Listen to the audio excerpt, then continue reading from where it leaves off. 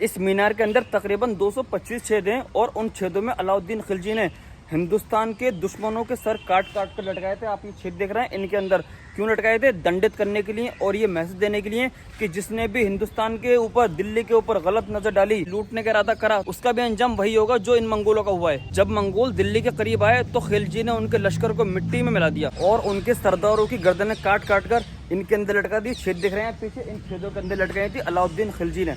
अलाउद्दीन खिलजी ने न सिर्फ जीत हासिल की बल्कि उन्होंने ये बता दिया जो भी इस्लाम का दुश्मन है, उनके लिए ये दिल्ली कब्र बन चुकी है, कब्र। मंगोल जहाँ भी गए शहर के शहर राख हो गए, राख। लेकिन उन्होंने कभी दिल्ली पर हमला नहीं किया। दिल्ली का नाम सुनकर उनके घोड़े वापस पलट गए क्योंकि उनको मालूम था कि अलाउद्दीन खिलजी जो सुल्तान है वो सिर्फ एक सुल्तान नहीं है, वो एक अजाब है उन मंगोलों के लिए। तो इसको कहते हैं चोर मीनार, जिसको बनवाया था अलाउद्दीन खिलजी ने 13वीं सदी के अंदर। तो आज मैं आपको दिखाने आया हूँ चोर मीनार, जो है हौस खास के अंदर एक पत्थर की मीनार, जिसके अंदर 225 छेद हैं और हर छेद के अंदर सर लटकाया गया था मंगोलों का और अपराधियों का। तो आज मैं आपको दिखाने आया हूँ एक ऐसी मीनार जिसको बनवाया था अलाउद्दीन खिलजी ने, जिसको कहते हैं चोर मीनार। ये आप मेरे पीछे देख रहे हैं, यह चोर मीनार।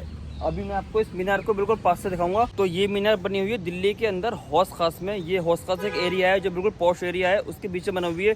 शायद सब लोगों को ये पता भी नहीं होगा।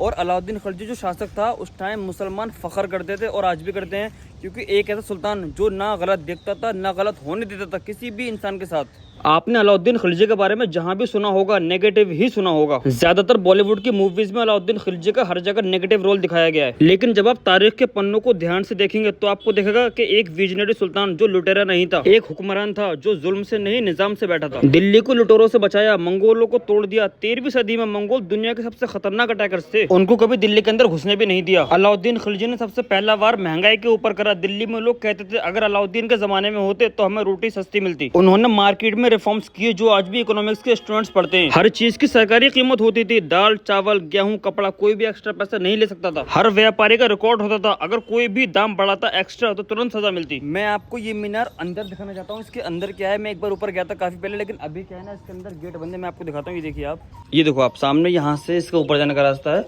और ये अभी फिलहाल बंद कर रखा है। इसमें चैन ताला पड़ा हुआ है, ये देखो आप। पड़ा भी नहीं पड़ा,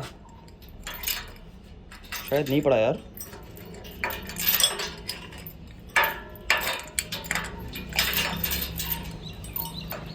आई थिंक नहीं पड़ा, कैसे पता चलेगा? ओहो पड़ा है शायद, एक मिनट रुको। मेरी आवाज़ आ रही है चमगादड़ के अंदर से, शायद आपको आवाज़ आ रही है? अरे अंदर नहीं जा रहा है इसके अंदर, छोड़ो, कैंसिल।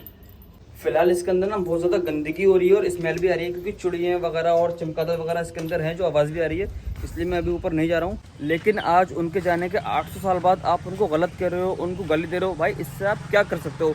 आप ये सोचो 800 साल हो गए तब भी आपको उनका डर सता रहा है, इसलिए आप आज भी उनका नाम लेते रहते हो। आपको इससे प्रॉब्लम नहीं है कि वो अलाउद्दीन खिलजी ने मंगोलों को क्यों हराया और उन्होंने हिंदुस्तान के ऊपर कब्जा नहीं होने दिया, इसकी आपको खुशी नहीं है? आपको सिर्फ जलन इस बात की है कि मुसलमान इतने ताकतवर क्यों थे और कैसे थे, उनका इतिहास इतना ज़्यादा गहरा क्यों है। अलाउद्दीन खिलजी ने पहला डिसिप्लिन आर्मी सिस्टम बनाया, जिसमें हर सिपाही का नाम, चेहरा और घोड़ा तक रजिस्टर्ड होता था। हर फौज का मंथली ऑडिट होता था। आर्मी को सैलरी टाइम पर मिलती थी। डुप्लीकेट सोल्जर्स या करप्शन को जीरो टॉलरेंस करा। और इंटेलिजेंस सिस्टम इतना खतरनाक बनाया था कि हर घर में उनकी आंख रहती थी। दिल्ली में कोई भी सरकार या आदमी सुल्तान के खिलाफ होता तो 1 घंटे में खबर महल तक पहुंच जाती। क्यों? क्योंकि उन्होंने स्पाई सिस्टम बनाया था। हर इलाका, हर बाजार, हर मस्जिद में एक जासूस हुआ करता था, ताकि कहीं कोई जुल्म ना कर सके अपने से कमजोर के ऊपर। उस दौर में कोई भी इंसान अनाज को एक्स्ट्रा इकट्ठा करके अपने घर में स्टोर नहीं रख सकता था। अनाज की सप्लाई मार्केट में भरपूर रहती थी, जिससे गरीबों को अनाज लेने में कोई परेशानी नहीं होती थी। अलाउद्दीन खिलजी ने कहा, मैं दीन का रहनुमा नहीं हूँ, मैं सियासत का हुक्मरान हूँ। खिलजी ने हमेशा धर्म को पॉलिटिक्स से बिल्कुल अलग रखा। उनके टाइम में न ही जात पूछी जाती थी, न ही धर्म। मुसलमान भी उनके कानून से डरते थे, हिंदू भी बराबर डरते थे।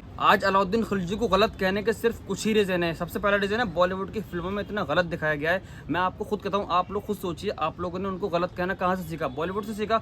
हर मूवी जो आती है उसमें उनको नेगेटिव रोल दिखाते हैं, हर जगह नेगेटिव दिखाते हैं। तो भाई आप लोगों को तो गलत लगेगा ही। आप लोगों को बॉलीवुड मूवीज छोड़कर आपको किताबें पढ़नी चाहिए, उसमें देखना चाहिए कि अलाउद्दीन खिलजी के जो कानून थे वो आम जनता के लिए कितने ज्यादा बेहतर साबित हुए थे। इस मैसेज को आप लोग सब तक पहुंचाइए, हर मुसलमान भाई तक पहुंचाइए, हिंदू भाई तक भी पहुंचाइए। उनको पता चलना चाहिए अलाउद्दीन खिलजी सिर्फ एक क्रूर शासक नहीं था, उसने बहुत ज्यादा अच्छे काम भी करे थे।